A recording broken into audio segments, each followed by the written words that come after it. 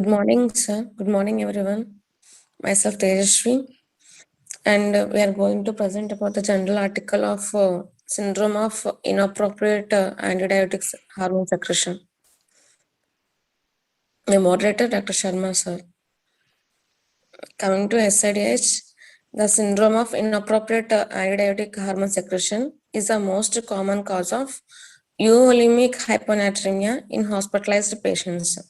Look at The that. syndrome, See, if you have a patient admitted particularly into the ICU setting, the commonest cause of euvolemic hyponatremia is SIAD, which is generally unrecognized. Such is the frequency of that. Right now, I have a case now in my hand. Okay. The syndrome is defined by the hyponatremia and hypoosmolality that results from inappropriate continued secretion or action of antidiuretic hormone Okay. despite normal or increased plasma volume, which results in impaired water excretion.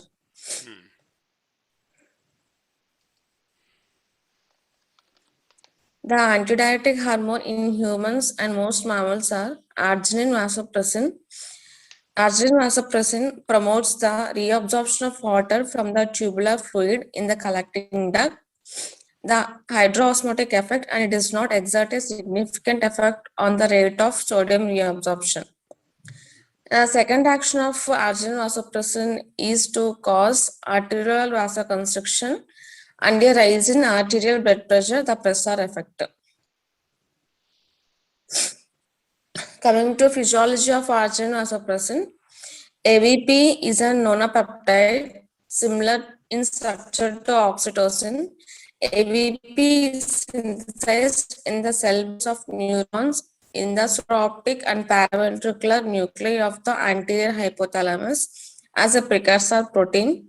The vasopressin neurophysin 2 copeptin pre-protein is the precursor which travels along the supraoptico-hypophyseal tract into the posterior pituitary.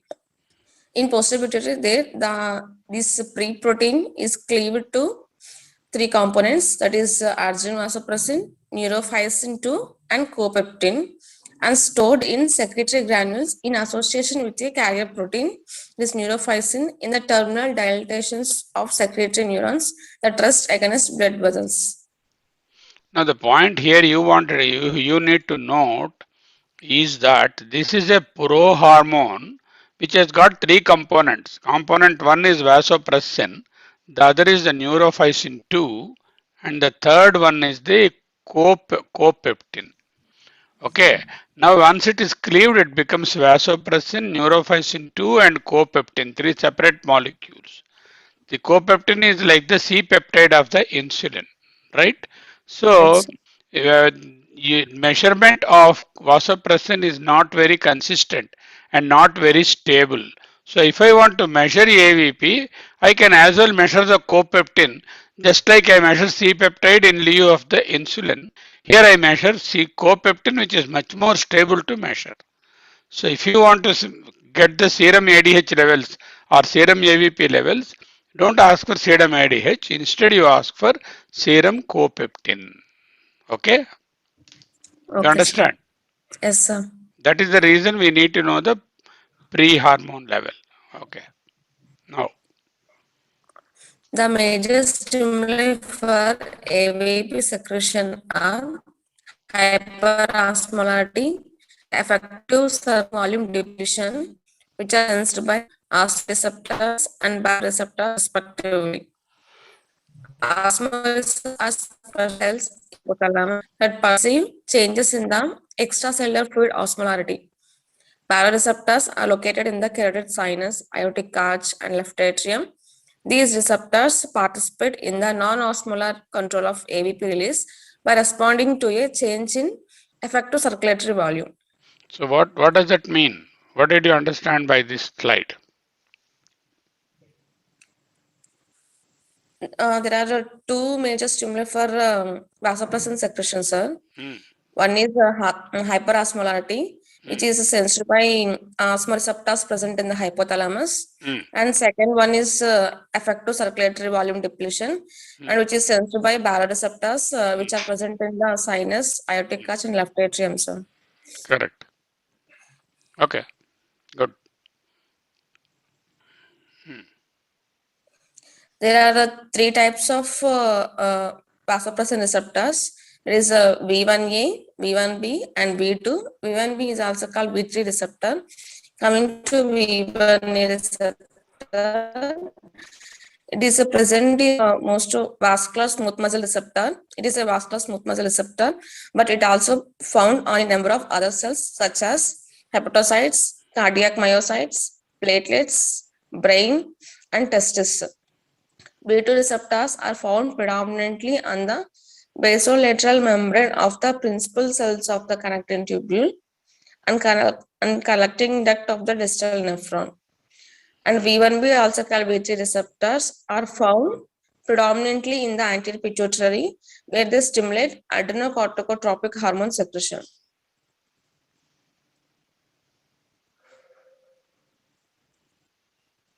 Okay. Normally, vasopressin AVP secretion ceases when plasma osmolarity falls below 275 milliosmoles per kg. This decrease causes increased water excretion, which leads to a dilute urine with osmolarity of 40 to 100 milliosmoles per kg. When plasma osmolarity rises, AVP is secreted, which results in an increase in water reabsorption and an increase in urine osmolarity to as much as 1400 milliosmoles per kg. AVP is also released in response to stressful stimuli such as pain or anxiety or by various drugs. The released AVP is rapidly metabolized in liver and kidneys and has a half-life of just only 15 to 20 minutes. Coming to pathophysiology of SIDH, SIDH consists of three components mainly: hyponatremia, inappropriately elevated urine osmolarity, that is more than 100 milliosmoles per kg, and a decreased serum osmolarity in a euvolemic patient. These are three components. SIDH should be diagnosed when these findings occur in the settings of otherwise normal cardiac, renal, adrenal, hepatic, and thyroid function, in the absence of diuretic therapy, and in the absence of other known to stimulate ADH secretions such as hypotension, severe pain, nausea, and stress. In addition to the inappropriate AVP secretion, persons with this syndrome may also have an inappropriate thirst sensation, which leads to an intake of water that is in excess of free water excreted. This increase in water ingestion may contribute to the maintenance of hyponatremia in these SIDH patients. Coming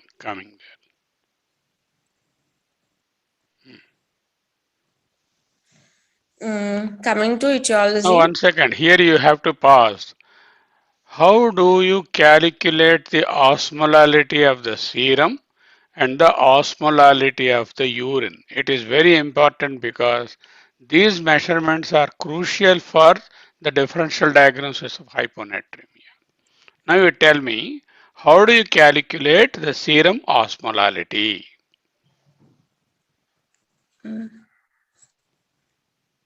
Serum osmolality is calculated by 2 into sodium, 2 into serum sodium plus glucose by 18 plus blood urea nitrogen by 2.8. So. Why do you want to divide 18 and 2.5, their denominators?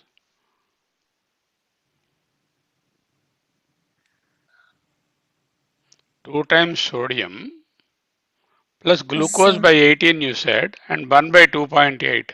What is the reason to divide glucose by 18 and 1 by 2.8?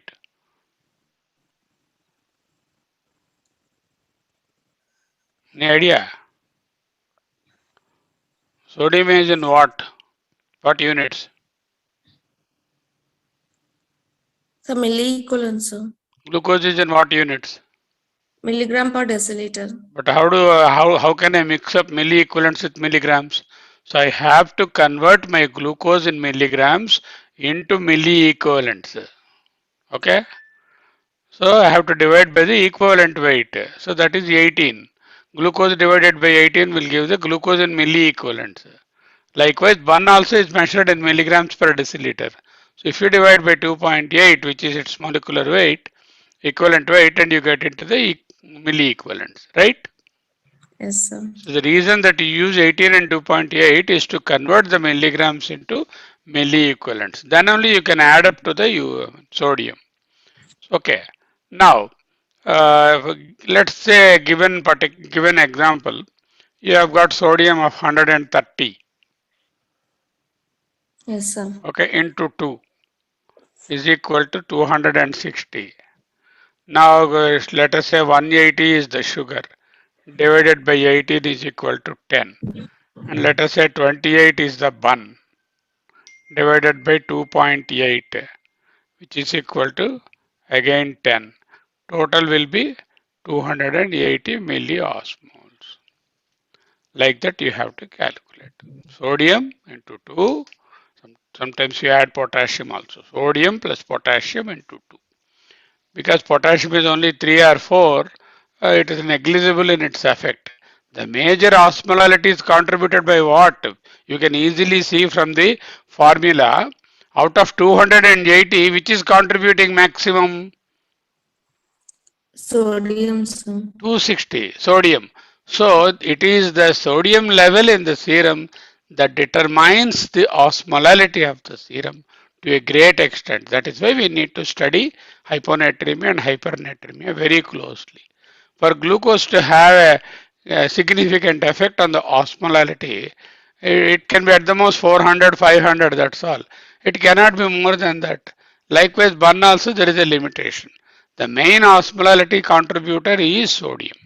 So 2 into sodium plus potassium plus glucose divided by 18 and bun divided by 2.8. Simplified, you can omit potassium also. Okay, now you understood serum osmolality. How do you calculate urine osmolality?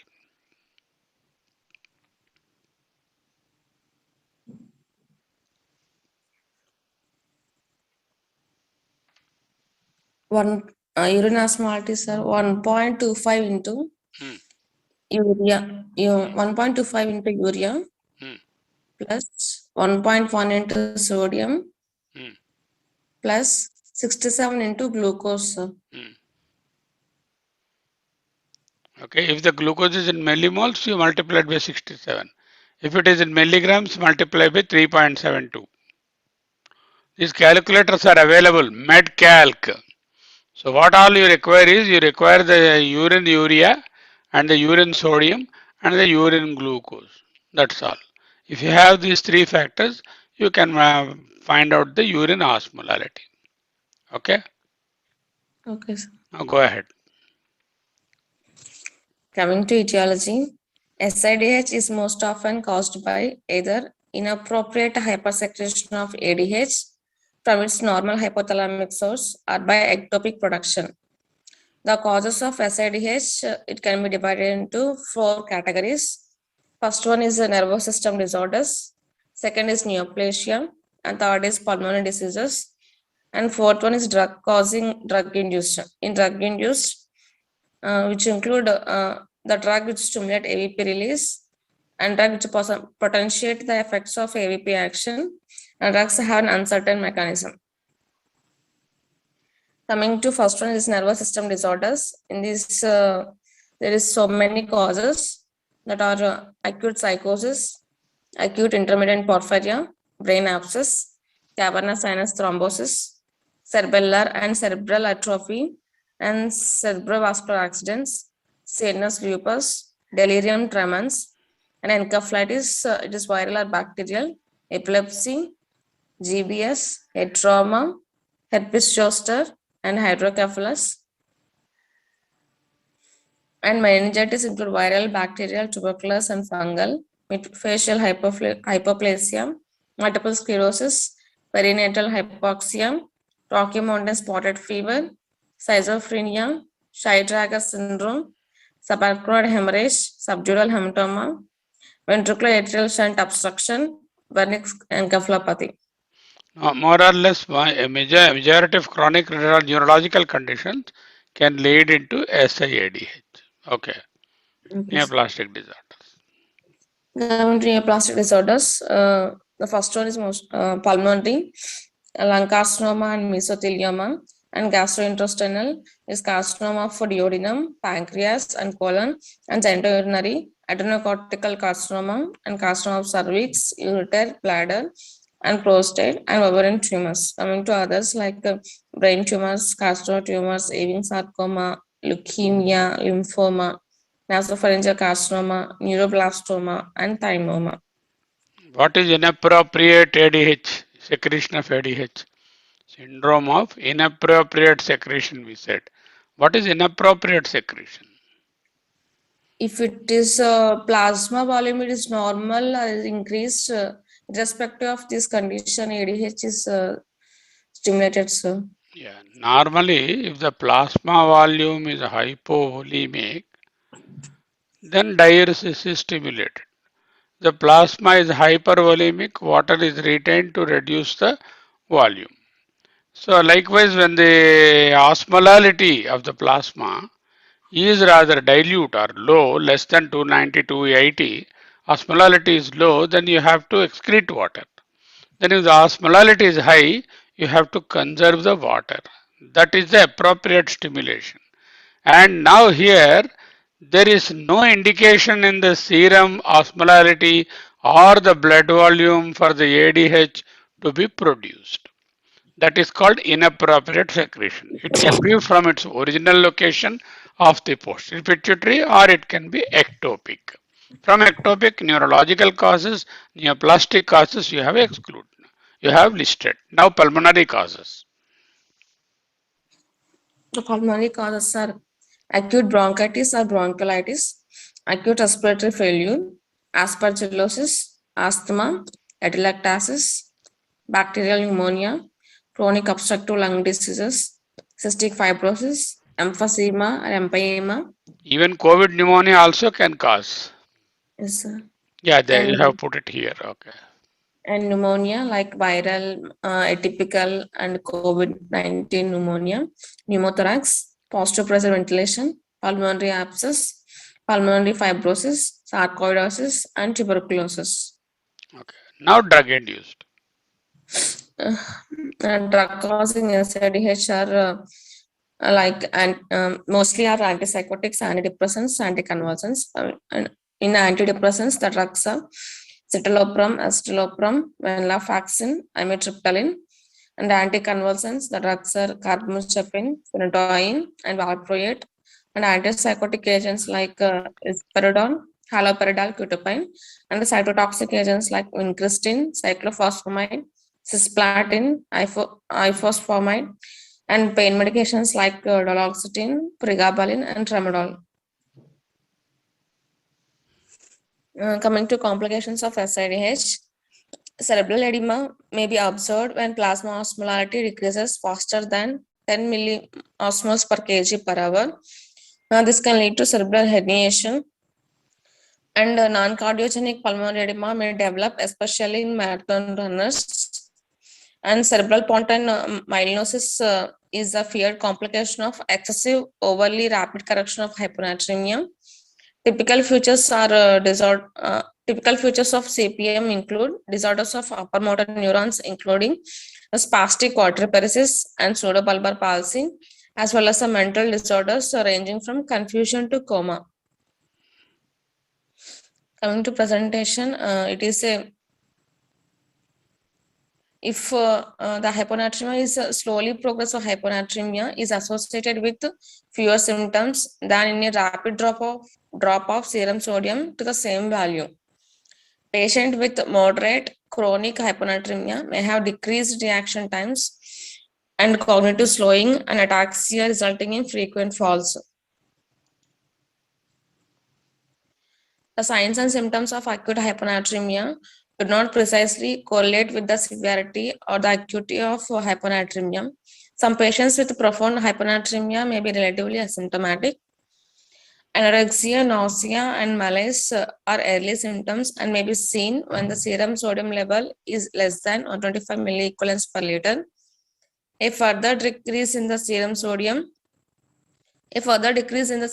level can lead to headache, muscle cramps, irritability, drowsiness, confusion, weakness, seizures, and coma. These occur as osmotic fluid shifts result in cerebral edema and increased intracranial pressure.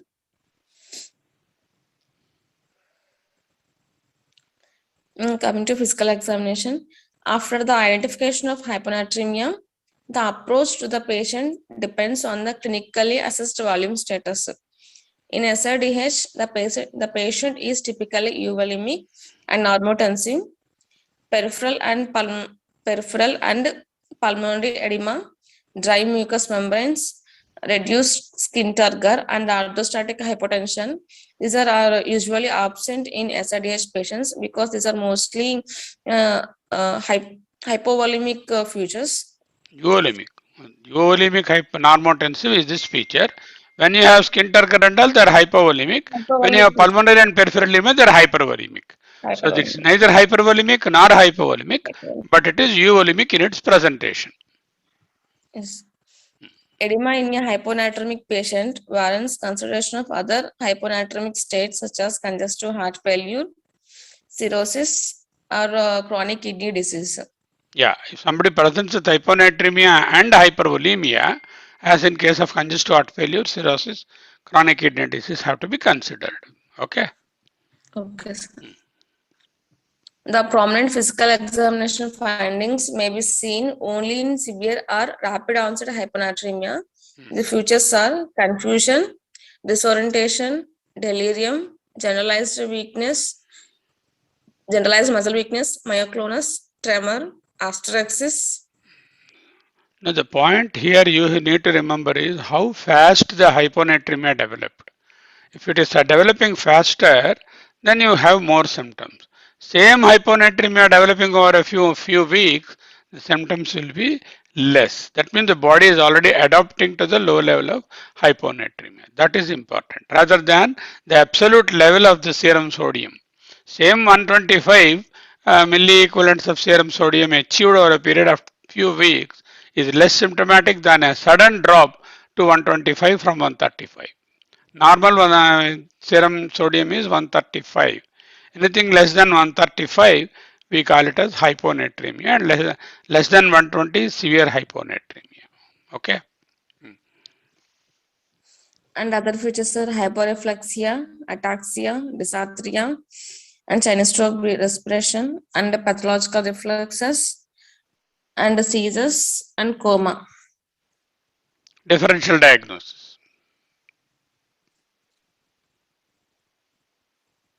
Coming to differential diagnosis of SADH, first one is hyperglycemia.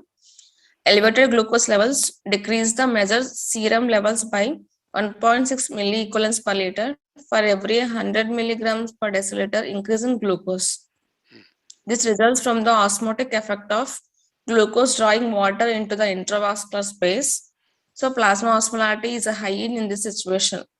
This is a form of transient hyponatremia that corrects itself as a hyperglycemia is reversed. So what is this? This is hyponatremia with hyperosmolality.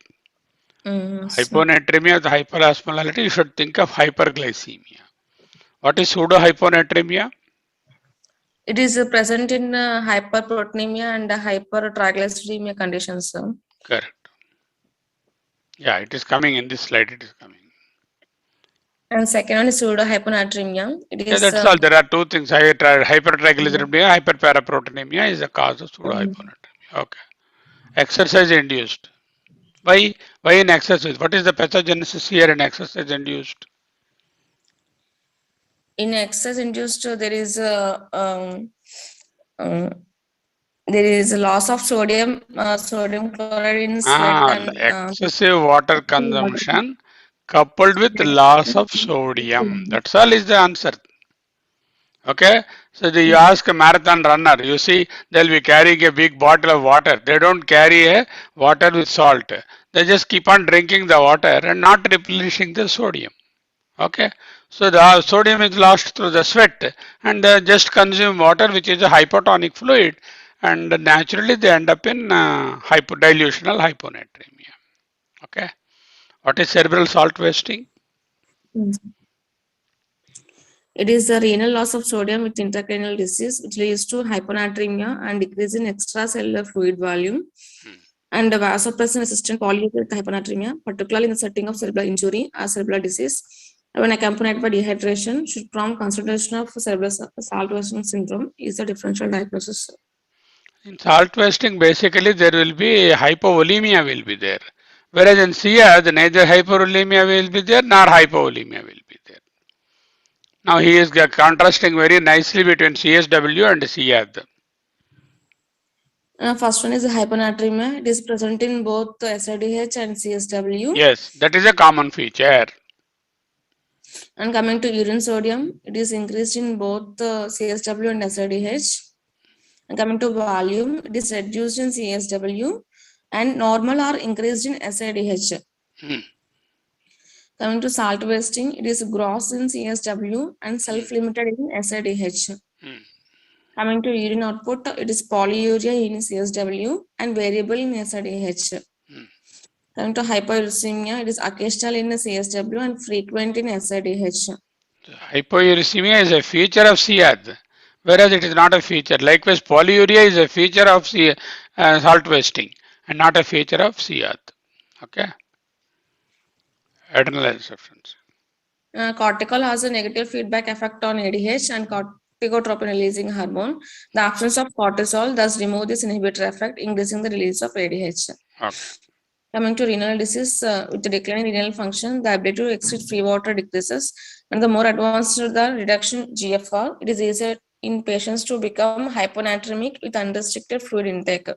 In patients of long-term dialysis, there is no urine output, fluid intake, it is no greater than insensible losses, leads to predictable fall in serum sodium. It is, however, not sustained because of a frequent regular maintenance dialysis in CKD patients. It is next one is reset osmostat. Persons with this entity have a normal response to changes in osmolality, but the threshold for ADH releases is reduced. Therefore, they have a lower but stable plasma sodium concentration. The reset osmostat has been observed in pregnant women. Increased human chorionic gonadotropin levels has been implicated in this condition.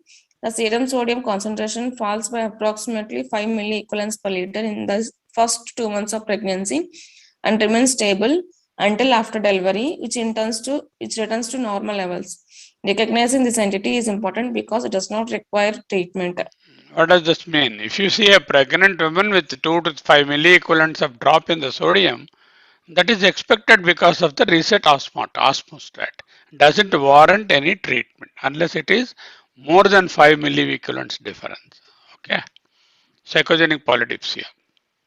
This condition is characterized by an increase in water intake attributed to a defect in the thirst mechanism. In some patients, the osmotic threshold for a thirst is reset below the reset for release of ADH. This disorder is mostly observed in patients with psychosis. Water excretion is normal in these patients, and water restricts corrects the hyponatremia. The problem here is that there is no problem with the kidney, there is no problem with the ADH secretion, but the fellow he is having a psychotic predisposition which is causing him to drink more water. So he goes on drinking more water, producing polyuria, but then there is a dilutional hyponatremia. What is the treatment? Restrict the water intake. Okay. And another one is NSIAD. It is a nephrogenic syndrome of inappropriate antidiuresis. It is a rare X-linked recessive genetic disease arising from a gain of function mutation in the V2 receptor, resulting in a spontaneous active receptor and unregulated water reabsorption. The laboratory features are identical to those of SIDH with euvolemic hyponatremia, plasma hypoosmolarity, and increased urinary osmolality. The disease is likely to present in early infancy, although some adults have been described with this disorder. In NSAID, if AVP levels are measured, they are predicted to be low. What is the difference here? Nephrogenic syndrome of inappropriate antidiuresis is looks like same as CIAD, but occurs as a genetic disorder in children. In SIADH, the AVP levels are high. Here the AVP levels are low. Otherwise, it is hyponatremia with hypoosmolality and increased urine osmolality and increased sodium excretion in the urine. These four features are same for both. Hyponatremia, hypoosmolality, increased urine osmolality, increased urine sodium are common to both. Only difference is occurs in the young, it is a genetic disorder, AVP levels are low. Whereas in SIDH, it occurs in the elderly beyond 30 years, not a genetic disorder, multiple causes are there, and the AVP levels are high, that inappropriately high. Okay. Next one is another disease, hypervolemic hyponatremia. That are associated with the hypervolemia in which the bioreceptors perceive reduced effective circulatory volume and stimulate AVP secretion. The conditions include congestive heart failure, cirrhosis, and nephrotic syndrome. This should be evident on clinical examination because of presence of peripheral edema with elevated jugular venous pressure, pulmonary rales, ascites, or a stigma of advanced liver disease. So that is what in hypervolemic hyponatremia will have a reason for hypervolemia, and you can also see the features of hypervolemia like congestive heart failure features, peripheral edema, jugular pulses, rales, ascites, and stigmata of disease, liver disease. All of them are there, and the common causes are CHF, cirrhosis, and nephrotic syndrome. This is hypervolemic hyponatremia. Okay. Coming to SIDH is best defined by the classic criteria introduced by Barter and Schwarz in 1967, which remain valid today. The criteria, the Barter and Schwarz criteria includes there are 6 in this. First one is hyponatremia with corresponding hypoosmolality. Second one is continued renal excretion of sodium, and third one is urine osmolality is less. Urine is less than maximally dilute. Urine osmolality more than 100. You can write like that. Okay, sir. And fourth one is absence of clinical evidence of volume depletion, like a normal skin turgor, blood pressure within reference range. This is hypovolemic features, like skin turgor, blood pressure low. Suppose somebody has got diarrhea and vomiting, they lose fluid as well as sodium. There is hyponatremia and hypovolemia also. In this case, hyponatremia is there, but no hypovolemia. Okay, that is the most important thing. Okay. And fifth one, and absence of other causes of hyponatremia, that is adrenal insufficiency, hypothyroidism, cardiac failure, pituitary insufficiency, renal disease, and salt wasting syndrome, hepatic disease, drugs that impair renal water excretion. And sixth one, a correction of hyponatremia by fluid restriction. Lab test.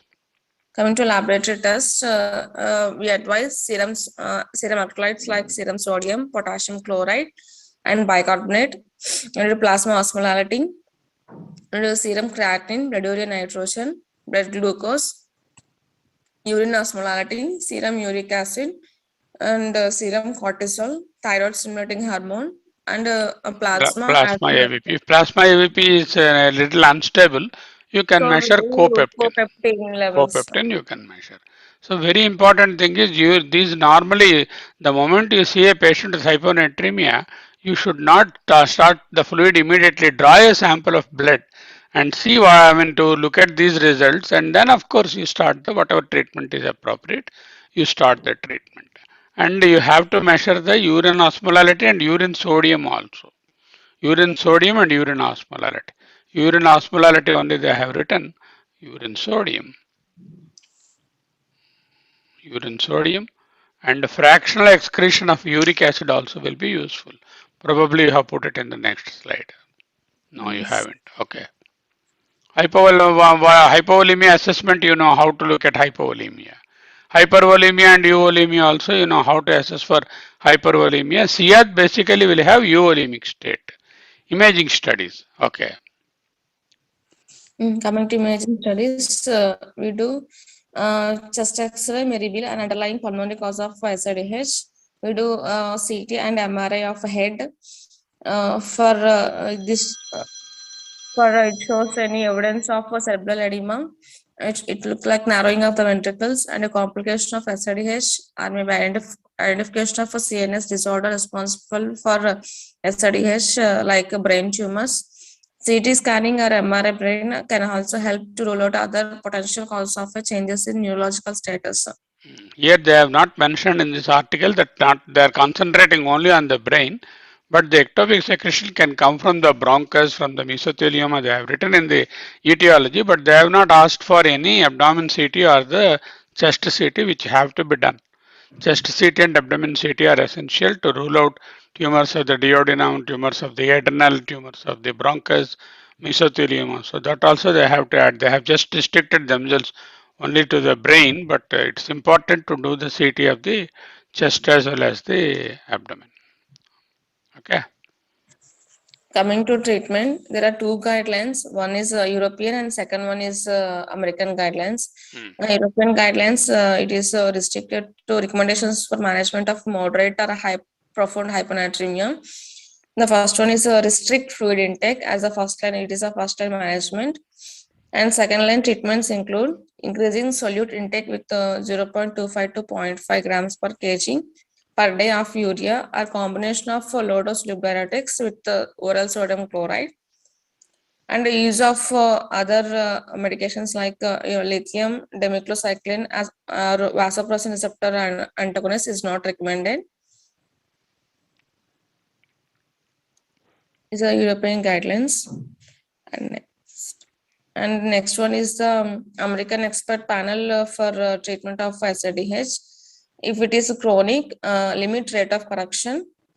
Fluid correction should generally be the first line therapy. Consider pharmacological therapies if serum sodium is not corrected after 24 to 48 hours of fluid restriction. If the patient has a low urinary free water correction, patient being treated with Vaptans should not be on a fluid restriction initially. Water, 5% dextrose or desmopressin can be used to slow the rate of correction if water diuresis is profound. Emergency care. Coming to emergency care, aggressive treatment of hyponatremia should always be weighed against the risk of including cerebral pontine myelinosis. A rare but serious complication CMP can develop 1 to several days after aggressive treatment of hyponatremia. Aggressive management of hyponatremia is indicated in patients with severe symptoms such as seizures, stupor, coma, and respiratory arrest, regardless of degree of hyponatremia. So the CPM occurs quite late, doesn't immediately occur. It may take about a week or 10 days for it to develop. If you rapidly infuse the sodium, there will be central pontine myelinolysis, not cerebral, central pontine myelinolysis. Yeah, you came cerebral, you are saying twice, you said that. Central pontine myelinolysis. And the features of that are like pseudobulbar palsy or, hyperreflexia, upper motor neuron type of lesion will be there. Okay. So goal is to correct slowly, and there is a formula how you go about that. Okay, read that. The goal is to correct hyponatremia at a rate that does not cause neurological complications. The objective is to raise sodium levels by 0.5 to 1 milliequivalents per hour and not more than 10 to 12 milliequivalents in the first 24 hours to bring the sodium value to a maximum level of 125 to 130 milliequivalents per liter. Yeah. Correction of serum sodium levels by 6 milliequivalents per liter in 24 hours has been dubbed the rule of sixes. The rule states that 6 a day makes sense for safety. That is 6 in 6 hours for severe symptoms and then stop.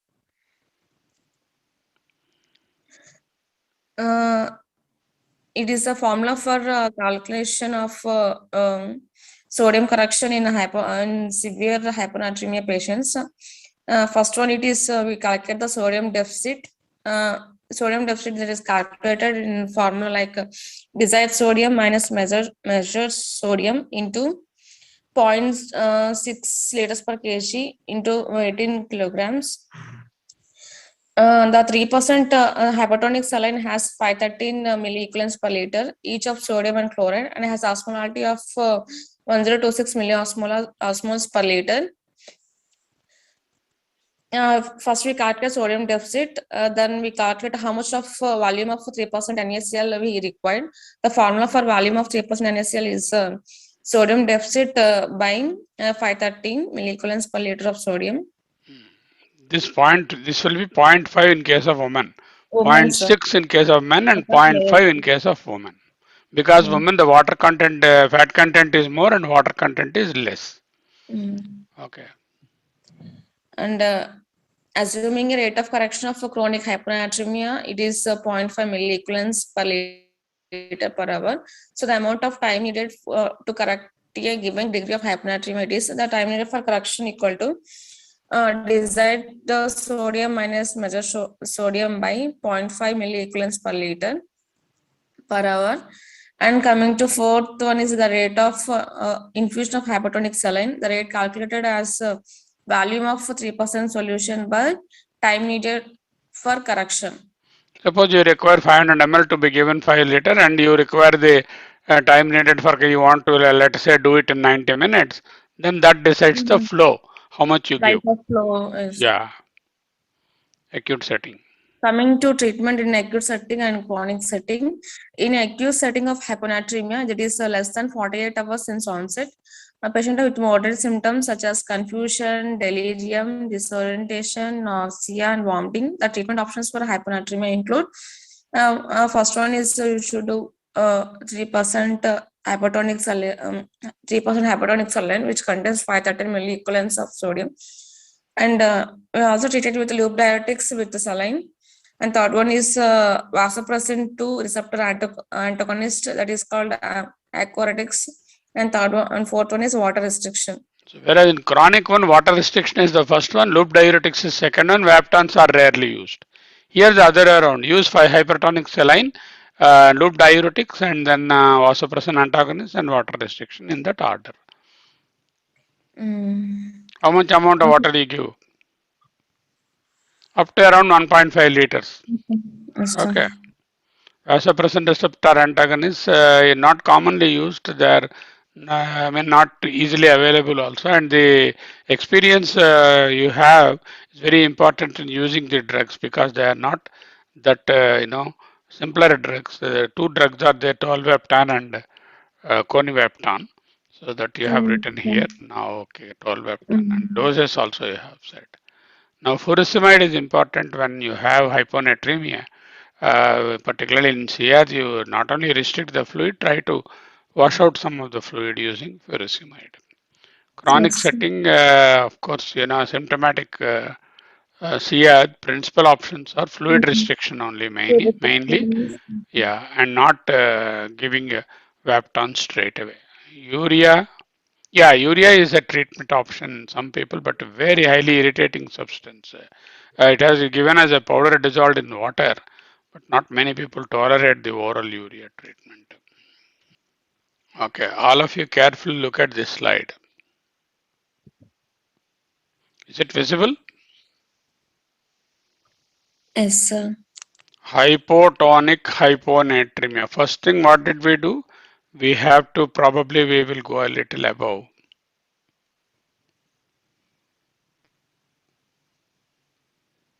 We started with hyponatremia, and hyponatremia is less than 135 milliequivalents or millimoles, and then the concentration of sodium in the extracellular fluid is a reflection of the tonicity of the body fluids and not of the total body sodium content. Rarely there is a deficiency of sodium. It is only the water disturbance that is causing the problem. Hyponatremia can be associated with low, normal, or high tonicity. So what you do? You have hyponatremia, immediately measure the plasma osmolality. There are two ways. One, you can have an osmometer and measure through the osmometer, or you can calculate as we have seen earlier, 2 into sodium plus potassium plus glucose divided by 18 and 1 divided by 2.8 is the formula for the calculation of osmolality. Why do we need to do both? If you do both, you know what is called the osmotic gap. So osmotic gap is the calculated osmolarity subtracted from the measured osmolarity. Normally that is around 5 to 10. It should not be more than that. So this is one important point. First thing is, if a patient presents with hyponatremia, is he having normal tonicity, low tonicity, or high tonicity based on the serum osmolality? Normal serum osmolality 290 milliosmoles. 290 milliosmoles is the normal serum osmolality. Okay, pseudohyponatremia we have discussed. This is related to lipids, hypertriglyceridemia, and paraproteinemia are the two causes, and it is isotonic hyponatremia. There is no different change in the tonicity, but only the hyponatremia is seen, and that is also not true because the other osmotic substances like triglycerides and the proteins have relatively made it look like hyponatremia. That is why it is called pseudohyponatremia. Here the treatment is underlying condition. Treat the triglyceridemia and treat the paraproteinemia, hyponatremia will not manifest. Okay. Then we are now left with hypertonic hyponatremia. The pseudohyponatremia we excluded. Then we know it can be high, maybe normal or low. High hypertonic hyponatremia is when the tonicity is more and in the presence of hyponatremia. Normally we expect when the hyponatremia is there, the common causes like diarrhea and vomiting, there will be hyponatremia with hypotonicity. Here hyponatremia with hypertonicity is there. The commonest reason is hyperglycemia. Whenever there is hyperglycemia, plasma sodium falls by 2 milliequivalents for every 100 milligrams per deciliter. Okay, up to 400, and by 4 milliequivalents after 400. Let us say a patient has 500 milligrams of glucose. Then every 100 should reduce by 2, up to 400, 4 into 2, 8 milliequivalents it is down. Beyond 400, every 100 milliequivalent milligrams is associated with 4. So 8 plus 4, 12 milliequivalents it will be less, which means 135 minus 12 is the expected sodium in that patient. Now the treatment is not supplementing sodium, but treating the hypertonic state like the glucose to be brought down. If the glucose is brought down, hyponatremia is corrected. So this is called what is called hypertonic hyponatremia. Pseudohyponatremia, triglycerides, paraproteins. Then measure the tonicity. If the tonicity is more, we are in with a condition called hyperglycemia causing the hyponatremia. Then hypotonic hyponatremia. This is the common form of hyponatremia. Hypotonic hyponatremia is there is a sodium level is less and the tonicity also is less than 280 milliosmoles in the serum. This is the common form of hyponatremia. Then you have to now decipher it further as hypovolemic, euvolemic, and hypervolemic. So what did I do? I have a patient with hyponatremia, and on the hyponatremia fellow, immediately I did a serum osmolality. Before that, I excluded pseudohyponatremia. Pseudohyponatremia is manifested by the two conditions like the paraproteins and triglycerides that I have excluded. It is not pseudohyponatremia. Then did a serum osmolality. Serum osmolality is it can be high, low, or normal. Okay, so if it is high, we know it is due to the hypertonic hyponatremia of diabetes. Pseudohyponatremia is over, that is isotonic hyponatremia.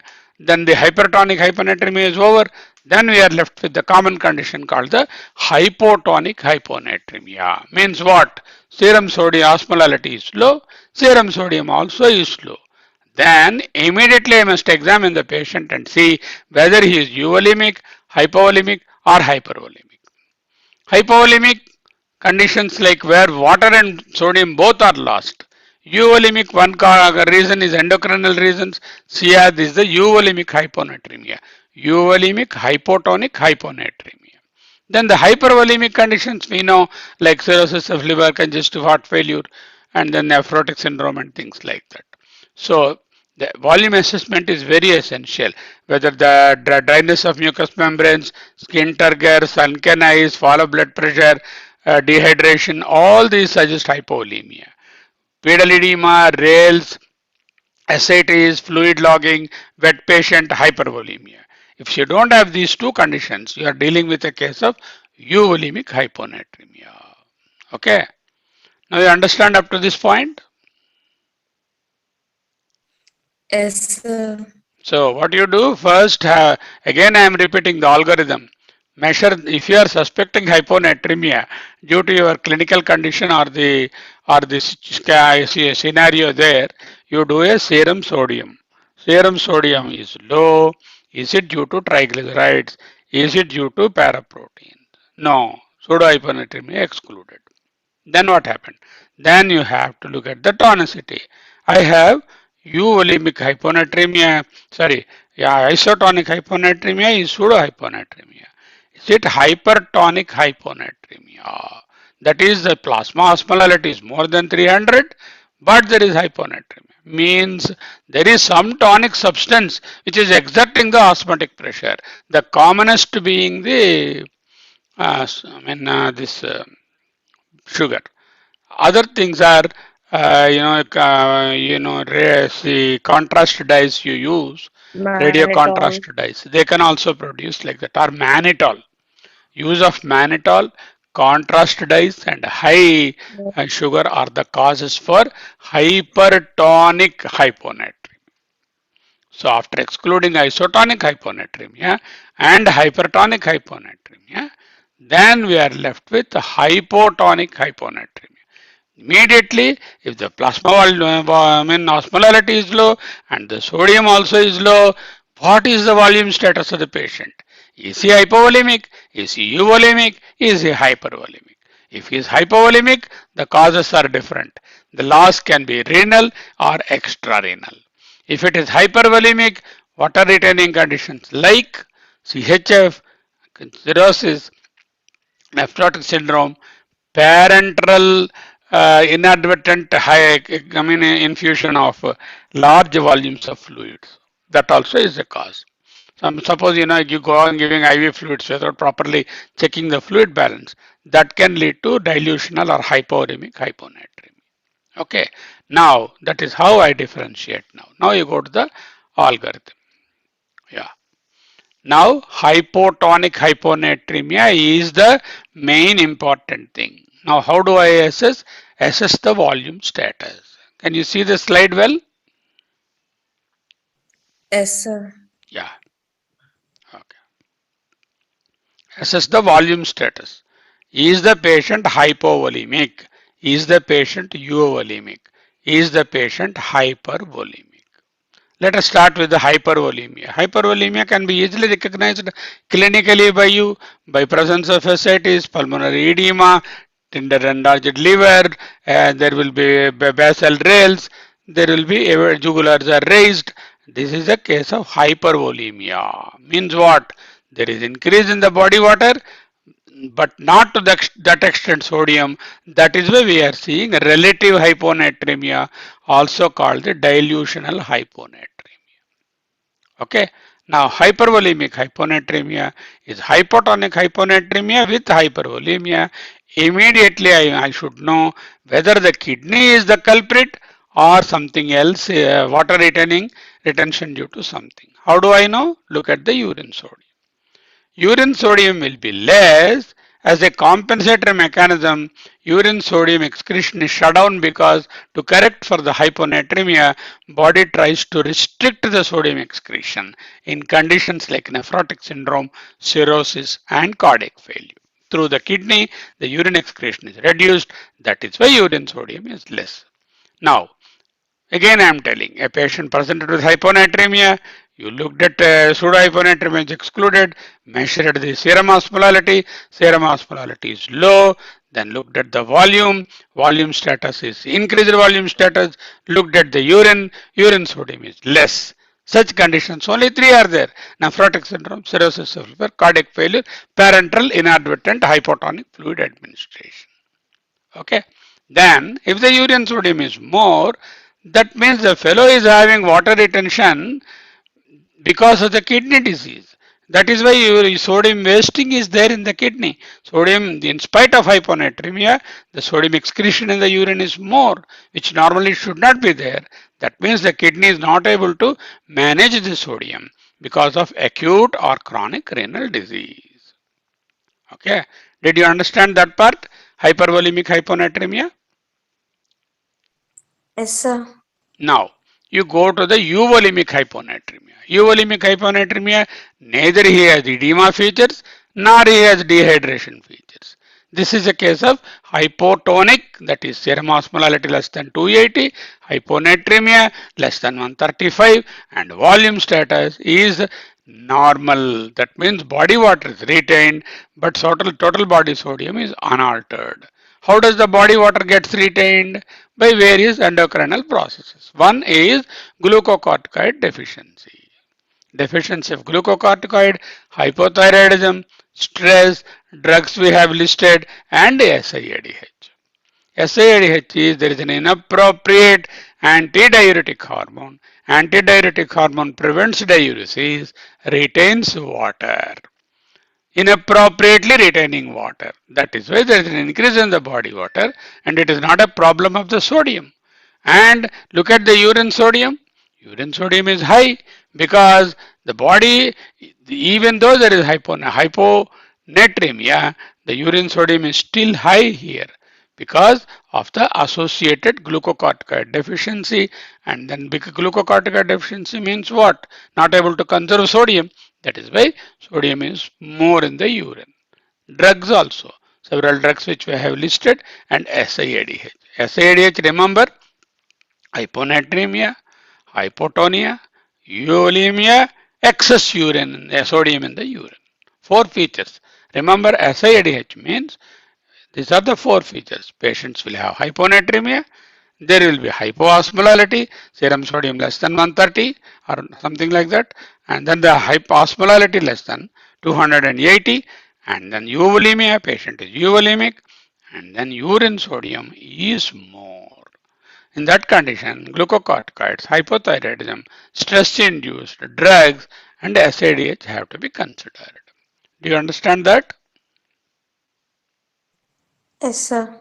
Now, go to a patient who has hypotonia, hypotonic, not hypotonia. Hypotonia is CNS. Hypotonic blood picture and hyponatremia, hypotonicity and hyponatremia and hypovolemia. That means skin turgor is less, there will be, sunken eyes, blood pressure is low, thready pulse, skin is dry. Such a patient has got hypovolemia.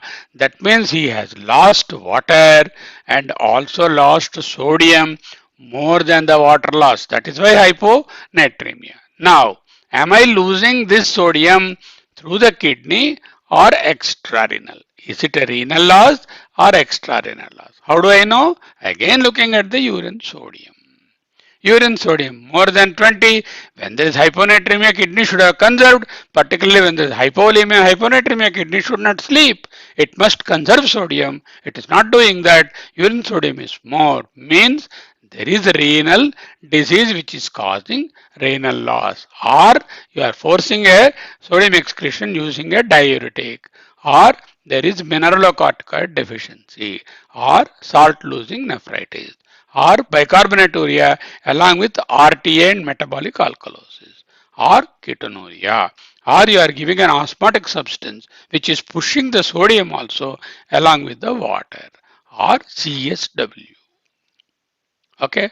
Now we have distinguished CSW from the CIAD. In CIAD, what happened? In both the conditions, urine sodium is more. But in CSW, there is hypovolemia. In CIAD, it is euvolemia. That's the difference. Supposing the urine sodium is less than 20, that means the loss of water and sodium are not through the kidney. Kidney is not the culprit. The problem is elsewhere, where extrarenal losses, like commonest cause is vomiting and diarrhea. Third space, like ascites, pleural effusion, and these are the conditions where the it is our pseudopancreatic cyst and things like that. Our patient has losing it through the skin because of burns or pancreatitis. The other day we saw in pancreatitis there could be hypovolemic hyponatremia, hypotonic hyponatremia, and trauma.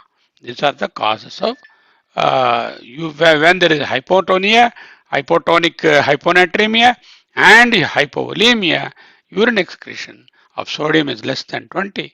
This is the way you clinch. If you just remember this one slide, you will understand how to classify and treat the hyponatremia. Now, coming to the treatment.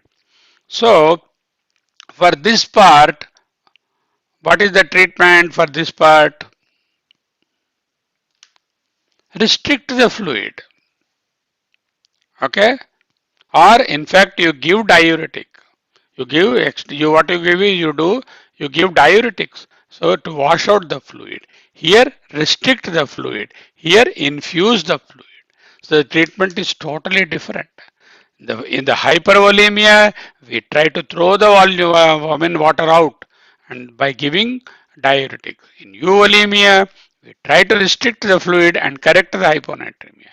In hypovolemia, we infuse the fluid. For that reason, it is very important to restrict. Hypovolemic hyponatremia, water is low, sodium also low, gastrointestinal, third space sequestration, vomiting, diarrhea, burns, peritonitis, bioluminealius, vasopressin due to volume depletion, hypovolemic hyponatremia is occurring. Then salt-leaching nephropathies, of course, we have discussed. Osmotic diuresis of cerebral salt wasting syndrome, we have discussed. And then physical examination, of course, should look at all the possible associated clinical features and particularly volume status has to be assessed. And then urine sodium is the key in most of the conditions. Okay. So SIAD, more accurate term, SIAD, syndrome of inappropriate antidiuresis. Okay. Syndrome of inappropriate antidiuretic hormones secretion. Antidiuresis is there, whether it is hormone or non-hormone. ADH is inappropriately elevated in CR by a variety of mechanisms. Unregulated ADH secretion by a tumor or hypothalamus, elevated secretion of ADH in the basal state in response to hypertonicity. The major features are patient will have hyponatremia, and then hypotonicity, euvolemia, urine sodium more than 20, urine osmolality more than 100. And there will be an underlying cause. Now you repeat the features of CR. Hello, sir. Tell CR what will be the lab diagnosis. There is no particular test to diagnose SIDH. The presenting features will be patient will have what will be the sodium level? It is a hyponatremia, sir. Hyponatremia. What will be the tonicity? Hypoosmolality, sir. Hypoosmolality. What will be the volume? It is a hypovolemia, sir. Euvolemia. Euvolemia. Hypovolemia means renal extrarenal losses. Euvolemia. What will be the urine sodium? Urine sodium, it is a continued renal excretion of sodium, sir, more than 20. More than 20. What will be the urine osmolality? It is more than 100 milliosmoles per kg. Correct. Sir. Relative to the plasma, there will be this, the urine osmolality is more. Plasma osmolality is low, urine osmolality is more. Normally what will happen? When the plasma osmolality more, you should also excrete more water and then save it. And instead here there is an increase in the osmolality. That is the lesson. Plasma sodium concentration is less, plasma osmolality is less, urine osmolality is more, urine sodium concentration is more. That's why this slide. Patient clinically euvolemic, the absence of clinical and biochemical. Clinically euvolemic means there are 4 or 5 conditions are there. One, thyroid disease, the other adrenal disease, the other stress, the other drugs, and all of them are absent. Then you are in for a diagnosis of CR. Okay. Yes, sir. So now you have understood. So how do you manage CR in general? Suppose a patient comes with CR. You are diagnosed as CR. What is the first line of management? First, we do the sodium levels, sir. It is hyponatremia. It is acute or chronic. So if it is acute setting, so we give 3% NaCl correction and of water restriction, sir. If it is a chronic, the first choice is water restriction, then baptisms. Usually CR doesn't produce have come present as an acute picture. it presents as a chronic hyponatremia only. What first line of treatment is water restriction. Restrictions. Second line of treatment will be furosemide. Third line of treatment may be giving Vaptons, not for everyone. Okay, I have marked certain things. You have said what are the things you measure. Of course, these are the ones you measure. And imaging, they have not mentioned about chest and abdomen. You have to do that.